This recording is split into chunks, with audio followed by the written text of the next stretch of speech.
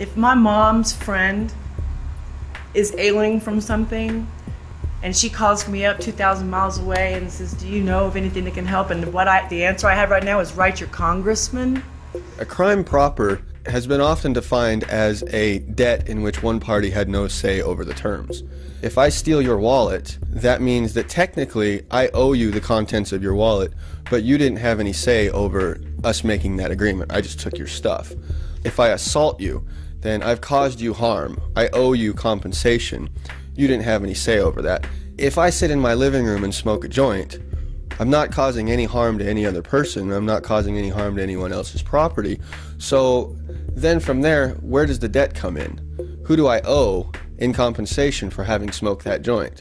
Whereas again, if I steal your stuff, if I assault you, if I violate your privacy, then I've aggressed against someone's natural rights. We should never consider ourselves doing something good for our community and that we're actually serving people because we warehouse people with drug problems in these prisons. We don't even keep drugs out of them. They say the definition of insanity is trying the same thing over and over and expecting different results.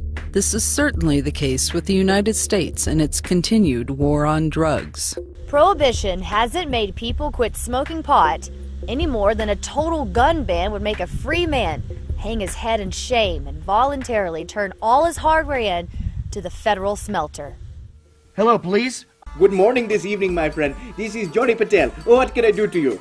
I went to the gun show and I bought this old gun and it's got the shoulder thing that goes up. So there's these men here now and they've got guns and they're trying to break in and they shot my dog, they're trying to take my things, and they stomped on my kittens! They're from the government and they are there to help you, sir. Goodbye. The people that we've elected into these offices to run this thing have, I think, turned our country into more of a police state than anything. A lot of people in this country worry about us heading towards socialism. I think we're closer to communism now. The way the laws are changing, they're heading that direction. And, that's not what I served for. The 10th Amendment to the United States Constitution says, "The powers not delegated to the United States by the Constitution, nor prohibited by it to the states, are reserved to the states respectively, or to the people." What the federal government would have us ignore is that the 10th Amendment secures all rights not expressly granted to the federal government to the states and people at large. Nanny laws and taxation are enforced at the point of a gun because that's really the only recourse the government has. Let's say you don't pay your property taxes on your home. The government will send people to your house to try to collect on those taxes. If you tell those people you're not paying your taxes, they send other people that are armed. And you tell those people to go away, they point guns at your head. If you still resist, they have been known to shoot you. Generally, the use of the gun is enough to intimidate someone into putting their hands behind their back, in which they put handcuffs on you and take you to jail and then take your property. I never understood why some people hate cops and hate guns, but demand the government enforce peaceful, utopian agendas when the government enforces those agendas with cops who have guns. The federal government would have us forget that our Constitution expressly limits what they can do.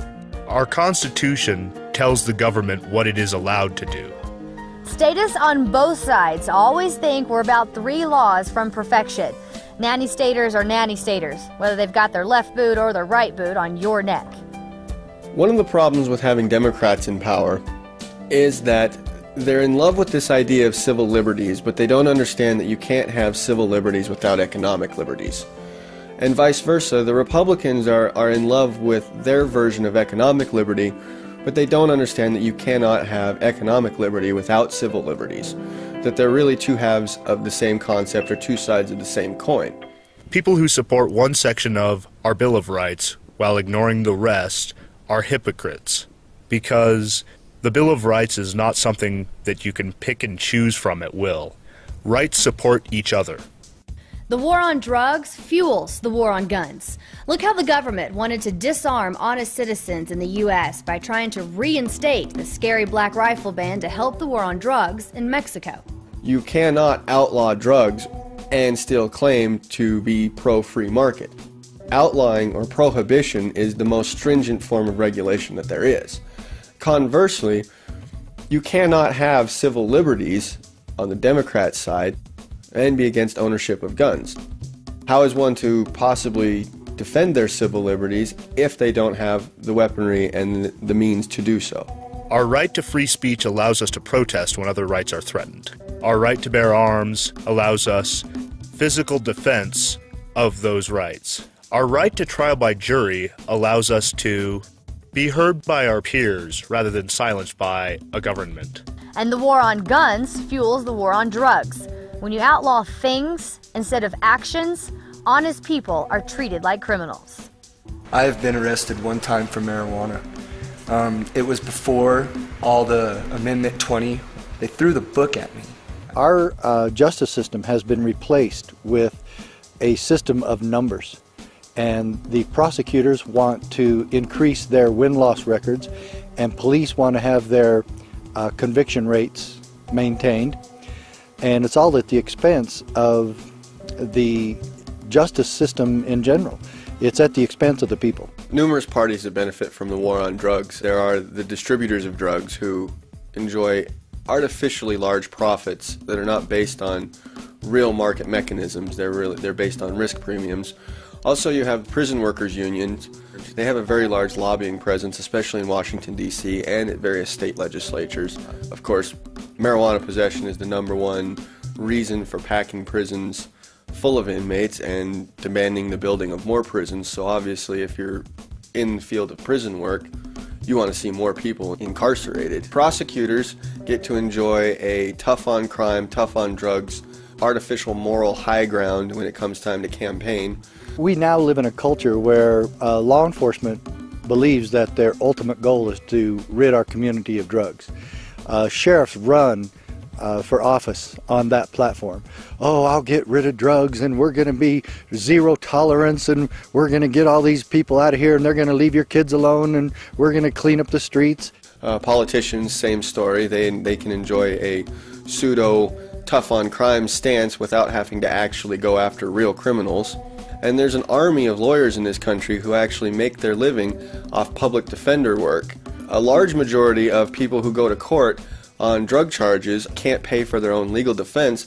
Take away the war on drugs, and a lot of the indigent defendants aren't in court anymore and don't need public defenders. And now, the Neema News with Neema Vedadi.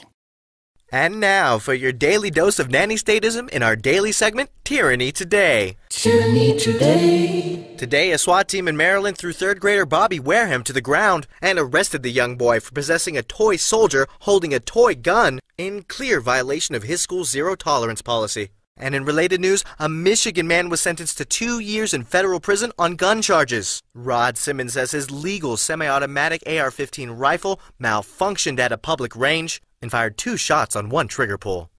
And police in San Francisco raided the Happy Heifer health food store with guns drawn. They arrested owner Crunchy O'Doul for selling unpasteurized milk without a permit. Neema News reporter Neema Vedadi now joins us live from the scene. Neema?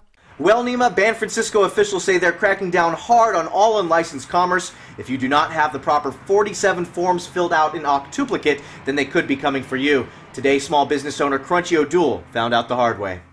Ah, sweet milk, Mother Nature's lifeblood. Pure nectar. I almost don't want to sell you, so precious, so life-giving. But I suppose I must. He won't get you! On your knees, you dirty hippie! Jesus. On your knees! What's the problem, officer? You don't have a license to sell that milk! What? Give me the milk! I'll train. Give me the milk! Oh, come on, man! We're from the government and we're here to help you! It's unpasteurized! Cuff him! Don't make me shoot this hippie! Can I get fucked up on this milk? Is everyone gone? Here, put a gun in his hand. Say he's resisting. Nanny laws and taxation are always enforced at the barrel of the gun. It is generally the job of the politicians and the political class to make sure that citizens don't see that, they don't understand that.